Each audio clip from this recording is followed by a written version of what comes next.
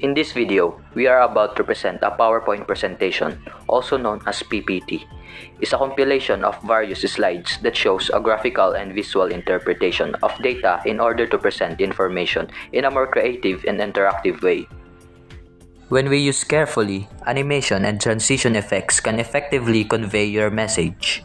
A slide's individual elements, such as text, a shape, an image, can have a special effect called an animation. The first step that you need to do is to select an image that you would like to animate so that you could start the presentation.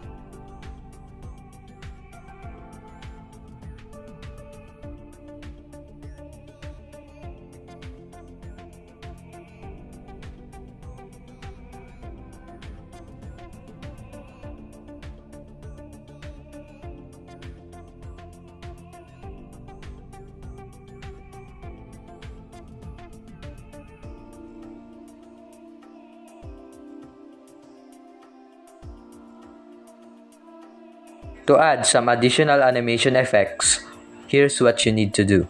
On the slide, choose the element that you want to animate. Then click the Animations tab. Then go to Animation pane. Select a different animation by clicking Add Animation. Repeat the steps and click Animation to apply more animation effects. We are now moving to the choice of effects. This includes the many forms of PowerPoint effects.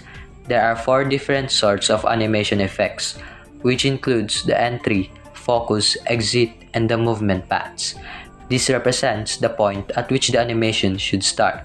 Slide titles should fade in as the sides appear, while individual lines of the text should fly in from the sides of the slide. Select the arrow next to your animation in the animation pane, and then choose Effect option to finally find the Effect option. To set the duration, you can enter the duration of the effects in seconds using this field by just entering the number of seconds that you want the effect to last in the duration box on the animation tab.